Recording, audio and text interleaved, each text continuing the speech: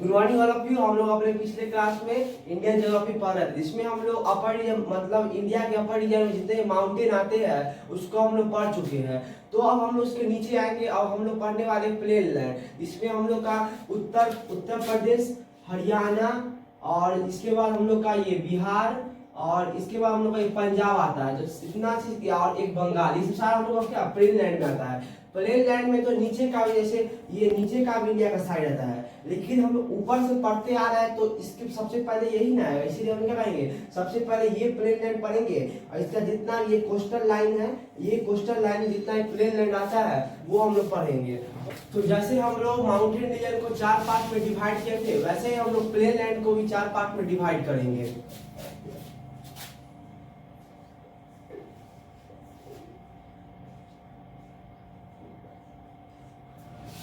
तो हम लोग मतलब प्लेन लैंड को 5 पार्ट में डिवाइड कर चुके हैं।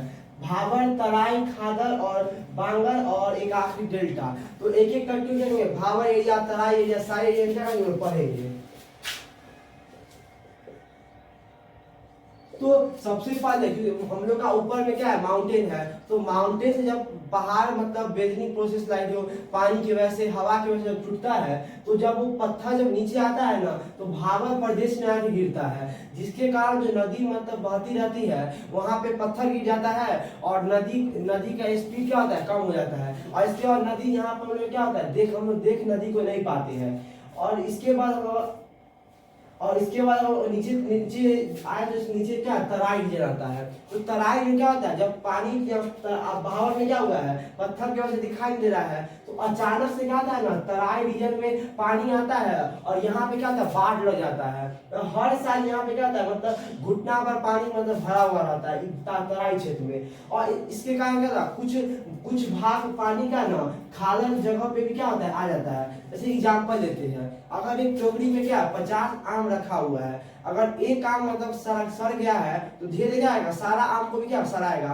वैसे ही यहाँ पर तराई क्षेत्र हो गया, यहाँ पे क्या पानी आ, इसका क्या बाढ़ आ गया है, तो कुछ ना कुछ तो प्रभाव नीचे वाले रीजन पड़ेगा ही। इसीलिए क्या खादर रीजन क्या होता है ना, कभी कभी पानी क्या होता है, भर जाता है। तो ये मतलब इस समझ 6 मंथ क्या होता है, ये तराई खादर जगह पे क्या होता है, पानी भरा हुआ रहता है। इसके बाद बात करेंगे हम लोग बांगर जगह की। तो यहाँ पे बांगर में क्या होता है ना, यहाँ पे उतना पानी मतलब भरा हुआ नहीं रहता है, इसमें क्या होता है, और इसके यहाँ पे खेती भी उतना अच्छा नहीं होता है। और अगर बात करें तराई क्षेत्र की, तो यहाँ पे खेती भी क्या होता है, अच्छा होता है। और इसके बात करेंगे डेल्टा का। तो डेल्टा मतलब क्या होता है ना, जब मतलब पानी शुरुआत से पहाड़ से गिर रहा है, उसका यंगर एज है, तो क्या होता है, बहुत ज्यादा स्पीड में वो पानी बहता है, पूरा पत्थर सब तोड़ते आता है। लेकिन जैसे जैसे वो धीरे नीचे आते लगता है, उसका ओल्ड एज आ जाता है, जिसके कारण उसमें तक कैपेसिटी नहीं होता है जो पहाड़ पर्वत को क्या तोड़ सके।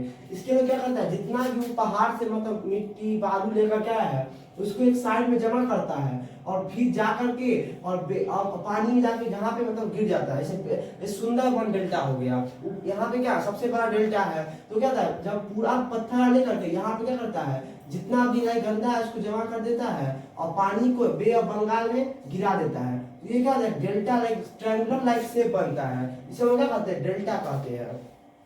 तो कोई रीजन है जहाँ पे क्या होता है, खाद का जरूरत पड़ता है, मतलब उसमें मतलब कल्टीवेशन का मतलब उपजाने में फील्ड में, लेकिन कोई जगह है जहाँ पे खाद का जरूरत नहीं पड़ता है। जैसे अगर बात करें तराई क्षेत्र और खादर जगह का, तो यहाँ पे क्या किसी तरह खाद जरूरत नहीं पड़ता, क्योंकि यहाँ पे क्या है, पानी आता है, और क्योंकि कहाँ से पानी आता है, सारा मिनरल सारा लेकर के आता है और लेयर और मिट्टी में रख देता है। इसे काम करता है, फर्टिलाइजेशन का उतना जरूरत नहीं पड़ता है। लेकिन बात करें बांगर जगह की, यहाँ पे क्या बाढ़ का पानी आता है, उतना नहीं आ पाता, क्या कहता है, यहाँ पे खाद का जरूरत पड़ता है।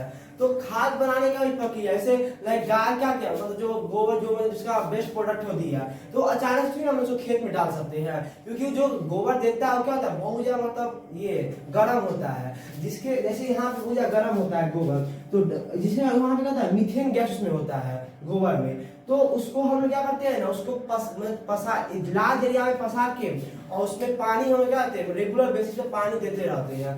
और एक अमेरिकन मतलब टर्टल आता है जो क्या करता है, हम लोग किलो पर बिकता है, उसको क्या करते हैं हम लोग इसमें छोड़ते हैं। तो वो क्या करता है ना, मतलब अगर बात करें इंडियन अगर टर्टल की बात करें, तो क्या करेगा ना, जब यहाँ पे इसको रखेंगे ना, जमीन खोद के बाद जमीन के नीचे चला जाता है। लेकिन अमेरिकन टर्टल वैसा काम नहीं करता है। वो क्या करता है, यहाँ पे क्या जितना भी गोबर उसका खाएगा, और इसके अगर वो 1000 केजी गोबर खा रहा है, क्या करता है 600 केजी क्या करता है गोबर देता है। तो ये जो देता है ना, तो यही क्या, अगर देखिए हम लोग गाय का प्रोडक्ट बेस्ट प्रोडक्ट रखे तो क्या टर्टल उसको खा लिया, फिर टर्टल का जो बेस्ट प्रोडक्ट निकलता है 600 केजी, उसको हम लोग क्या करते हैं फील्ड में डालते हैं, और वो बहुत ज्यादा इंपॉर्टेंट है। कि इंडिया में क्या है ना, मतलब उतना मतलब पैसा नहीं है, मतलब किसान लोग के पास तो 4 साल 5 साल रुक सके, क्योंकि अगर फर्टिलाइजर डालेंगे तो क्या होगा, जल्दी से मतलब अनाज आएगा और ज्यादा मात्रा में आता है। लेकिन अगर हम लोग खाद डालते हैं ना,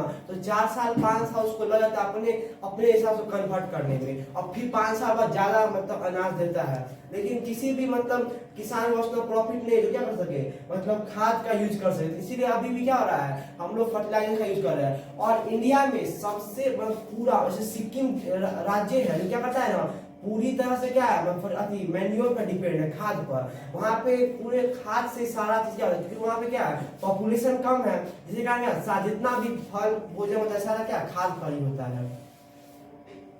तो हम लोग क्या करेंगे, एक एक करके सारा रीजन को पढ़ेंगे। तो जैसे हम लोग पढ़े थे, पंजाब हो गया, हरियाणा हो गया, उत्तर प्रदेश हो गया, बिहार हो गया, सारा क्या आता है प्लेन लैंड में आता है। तो एक एक करके पंजाब, हरियाणा, उत्तर प्रदेश का क्या पढ़ेंगे हम लोग।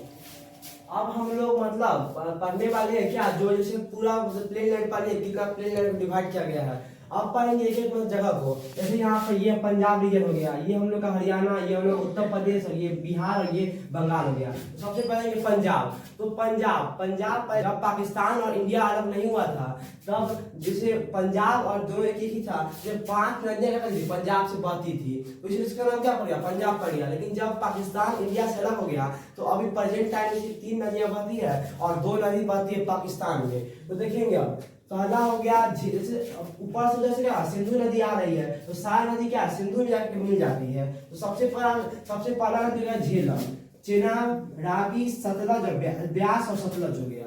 तो अब देखिए ये तो देख लीजिए। और ये जो द्वाब रीजन का जो मतलब लैंड होता है बहुत फर्टाइल होता है। इसी कारण पंजाब में क्या है ना, बहुत बड़े बड़े किसान है, और एक एक किलोमीटर क्या एक ही किसान का क्या वहाँ पे जमीन है, जिसके कारण क्या होता है वहाँ कोई भी आदमी को उतना बिजनेस नहीं करना पड़ता है। किसान जितना भी रहे उसका कुछ आता है, सारा किसान बनता है। तो बात करेंगे द्वाब किसे कहते हैं। जैसे एक नदी ये हो गया, दूसरा नदी ये हो गया, ये दोनों के बीच की जगह क्या कहते हैं, द्वाब कहते हैं। और द्वाब रीजन क्या होता है ना, बहुत ज्यादा फर्टाइल होता है। तो देखेंगे अगर पंजाब है तो सारा तो नदियां बह रही है, तो ये भी क्या होगा द्वाब रीजन होगा। तो ये भी क्या बहुत ज्यादा फर्टाइल लैंड है। तो बात करेंगे हम लोग ये द्वाब रीजन की। जैसे यहाँ पे चेनाब और झेलम, ये चेनाब हो गया और ये झेलम हो गया। तो ये दोनों के बीच का जो द्वाब ये रीजन बनेगा, तो क्या जाएगा, इसको चाष द्वाब कहते हैं। तो यहाँ पे कौन सा द्वाब हो जाएगा, चाष द्वाब। तो क्या है द्वाब रीजन, क्योंकि एक नदी ये बह रही है, दूसरा नदी क्या झेलम बह रहा है, तो क्या द्वाब रीजन हो जाएगा। इसके बाद देखिए चेनाब और रावी, तो ये चेनाब नदी हो गया और ये रावी हो गया। तो ये जो जगह हम लोग का हो जाएगा वो भी क्या हो जाएगा द्वाब रीजन जाएगा, क्योंकि ये चेनाब नदी है, दूसरा रावी नदी क्या कर रही है, बह रही है। तो ये भी क्या द्वाब, इस द्वाब का नाम हो जाएगा हम लोग रचना द्वाब। और इसके बाद देखेंगे व्यास प्लस रावी, तो क्या होता है बारी द्वाब। तो यहाँ पे हम लोग का व्यास हो गया और ये रावी हो गया। तो ये जो हम लोग का लैंड बनेगा ये भी क्या द्वाब रीजन हो जाएगा।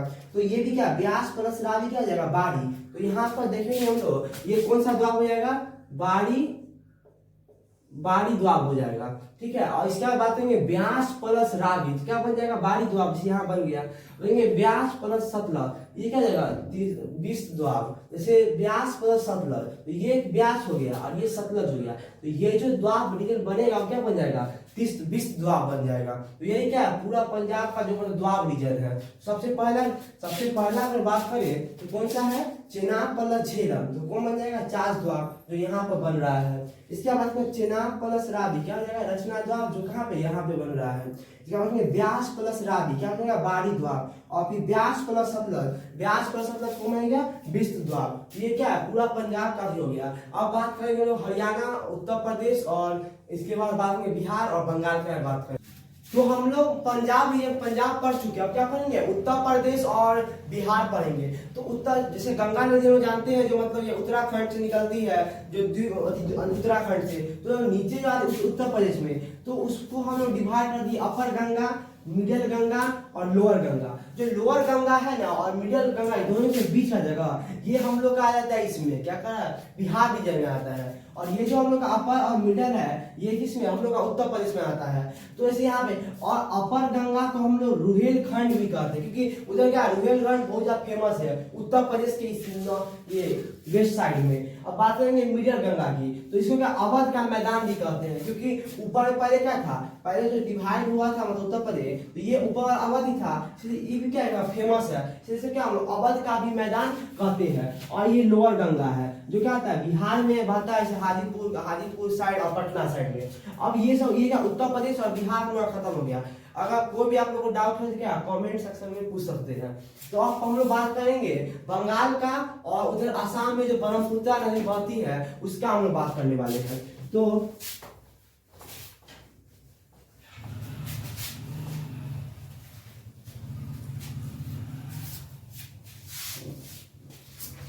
ब्रह्मपुत्र आसाम से क्या है ना, मतलब जो चाइना में जो 500 झील है, वहां से क्या होता है, मतलब ब्रह्मपुत्र नदी आती है, और जो अरुणाचल प्रदेश से क्या करते हैं आकर के, और आसाम से बे ऑफ बंगाल में आके गिर जाती है। तो जो वो नदी आप लाती है ना, बहुत ज्यादा कचरा मिट्टी लाती है, इसी की वजह से क्या होता है ना, वहां पे बहुत ज्यादा कचरा मिट्टी जम जाता है, और ये हो गया। तो हमने क्या, आसाम की साइड पूरा खत्म हो गया, ब्रह्मपुत्र नदी क्या होती है, वहां से आके बहती है। अब बात में बंगाल में, तो जितना ऊपर से हम लोग उत्तराखंड से मतलब क्या हो रहा है, नदी गंगा नदी आ रही है, तो क्या यंगर एज में है, तो यंगर एज में क्या था, भूजा जोश चढ़ाता है, तोड़ देंगे फोड़ देंगे, तो क्या था, पूरा पत्थर को, जितना पहाड़ है सबको तोड़ते क्या थे, गंगा नदी आती है, धीरे धीरे आ जाएगा प्लेन लैंड पे आती है। तो प्लेन लैंड पे जब वो आती है तो उसका स्पीड का कम है, क्योंकि वहां पे क्या, वो या मतलब मिट्टी है, तो क्या होता है ना, उसका शेप क्या होता है, गंगा उसका शेप चेंज हो जाता है, तो उसका शेप क्या होता है, ऑक्सबो शेप टाइप उसका शेप बन जाता है। और इसके बाद जैसे जो बंगाल तक आती है तब तक उसका ओल्डर एज आता है, और ओल्डर एज में उतना मतलब तोड़फाड़ नहीं कर पाती है, और बाद में बे ऑफ बंगाल में आकर के गिर जाती है। तो वहां पे मतलब वो क्या होता है, एक डेल्टा बनाती है, ट्रायंगुलर शेप एक बनाती है, इसको क्या कहते हैं, सुंदरबन डेल्टा के नाम से हम लोग जानते हैं। तो हम लोग अपनी क्लास में ये मैदान खत्म कर चुके हैं और पर्वत खत्म कर चुके हैं। तो अगले क्लास में हम लोग पठार और मरुस्थल पढ़ेंगे। अगर आप लोगों को ये मैदान और पर्वत से कोई भी डाउट है तो कमेंट सेक्शन में आप लोग पूछ सकते हैं। धन्यवाद।